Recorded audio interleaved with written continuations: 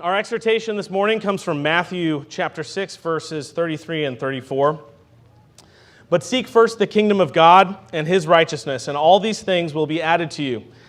Therefore do not be anxious about tomorrow, for tomorrow will be anxious for itself.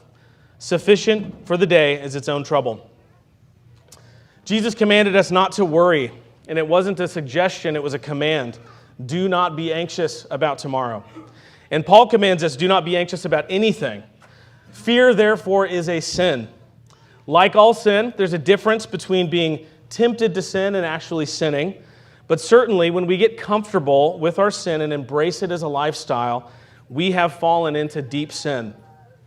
And this kind of thing is obvious with sins like homosexuality or greed, but much less so with the sin of fear.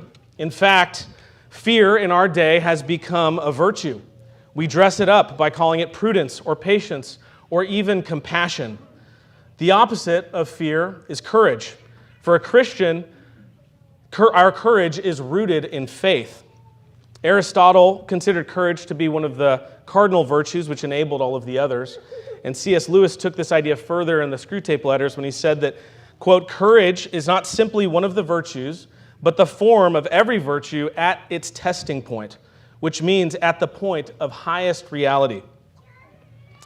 The first Christian martyr, Stephen, is an excellent picture of courage. Let's look at his story.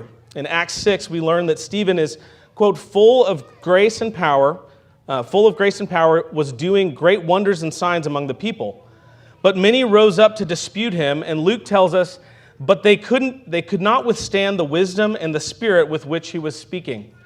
So they brought him before the elders and scribes for an interrogation. Then in Acts 7, Stephen preaches a powerful sermon, walking through Israel's history, concluding with calling the leaders stiff-necked people who murdered Jesus just like their fathers had murdered the prophets. And after Stephen's sermon, we read, now when they heard these things, they were enraged, and they ground their teeth at him. They cast him out of the city and stoned him. And the witnesses laid down their garments at the feet of a young man named Saul. And as they were stoning Stephen, he called out, Lord, receive my spirit. And falling on his knees, he cried out with a loud voice, Lord, do not hold this sin against them. And when he had said this, he fell asleep. And Saul approved of his execution. Stephen's courage was incredible, to preach boldly knowing what kind of hostility he was facing. But it's interesting that Luke doesn't dwell on Stephen. Instead, he introduces Saul, who approved of Stephen's execution, and then later we read that he ravaged the church, going from house to house, arresting Christians. And by chapter 9, Saul is still breathing threats and murder against the disciples of the Lord as he heads to Damascus. And of course, we all know what happened on his way to Damascus. He was knocked on his back, and God spoke to him, Saul, why are you persecuting me? When Saul asked, who are you, Lord? The Lord responded, I am Jesus, whom you are persecuting. It's Saul's participation in Stephen's martyrdom, his persecution of the saints, that Jesus uses to convict Saul of his sin. He shows Saul that his persecution of the saints was really hatred of the one true God. If you've spent any time on Twitter this week, you've seen the jeering, God's enemies grinding their teeth at the assassination of Charlie Kirk. Here's my question to you. How many Sauls are among them? In other words, how many of these mockers are on a Damascus-like collision course with God? Are we in a similar story to Stephen and the early church? Can God use Charlie's martyrdom along with our faithful and courageous testimony to bring the Sauls of our generation to their knees? In the coming months, could we see the same demonic trolls on TikTok that have been breathing threats and murder against Charlie this week turn to proclaiming Jesus in the high places? Could this be the turning point when America is finally turned upside down by the gospel of Jesus Christ? Charlie had that hope. He had a deep faith in God that this was not a hopeless generation. But his hope was not mere theological optimism. His faith worked. He didn't simply pray and wait. He studied, he prepared, he labored, he proclaimed, and he risked his life over and over again. For years, many in our tribe have sat around complaining about how bad things are, how Gen Z is fragile, entitled, and deranged.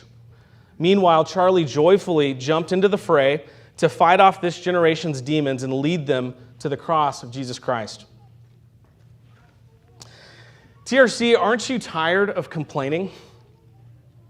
Aren't you tired of blaming our society's problems on scapegoats, the libs, the government, the elites, the media, the Jews? Where has this gotten you? Have we turned a single God-hater to Jesus with our whining? It's time, church. It's time to answer the call. Charlie Kirk's assassination was a call to the church. Who will step up and get to work? Who has the courage to boldly preach the gospel to an America that is in such a dire need? Like Stephen, our brother Charlie has blazed the trail. He has shown us what courageous faith looks like, and he has stirred up the ire of God's enemies.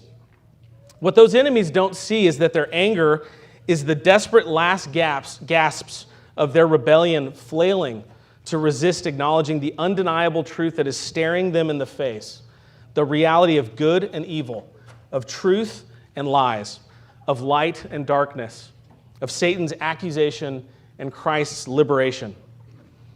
By God's grace, TRC, let's push them over the edge.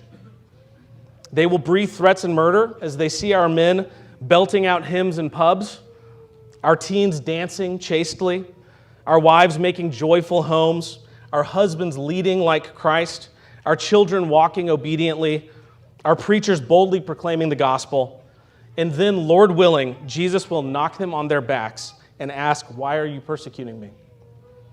So how do we forsake the sin of fear and live courageously? Speaking to strangers on college campuses isn't the only way to be a courageous Christian today. Here are some ideas for courageous living. Confess your sin completely and honestly without trying to protect your image. Tackle the real work that God has put in front of you every day. Don't avoid the hard stuff.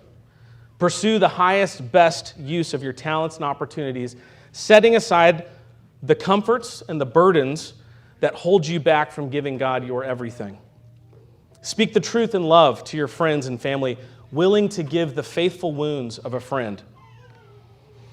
Take risks and be ambitious. Stop playing it safe. Refuse to live in fear that an employer or a coworker will find out that you are a Christian. Spread yourself thin. Commit to more than you can handle, pouring yourself into your kids and your church family. Practice militant hospitality, making your table a haven for the weary and lost. And show up to church every single week to storm the gates of hell in worship. Hebrews 12, 1-2 says, "Therefore, since we are surrounded by so great a cloud of witnesses, let us also lay aside every weight and sin that clings so closely, and let us run with endurance the race that is set before us, looking to Jesus, the founder and perfecter of our faith, who, for the joy that was set before him, endured the cross, despising the shame, and is seated at the right hand of the throne of God." There is a great cloud of witnesses who are watching us run our race. Charlie is now among them. They are rooting for us to strive with everything we've got for the crown of life that awaits us in glory. Charlie ran flat out for 31 years, holding nothing back. He left an indelible mark for Christ on the world. God called him home, and now he joins the martyrs cheering us on. This reminds us of our need to confess our sin, and so as we prepare to do so, let's turn to hymn 58.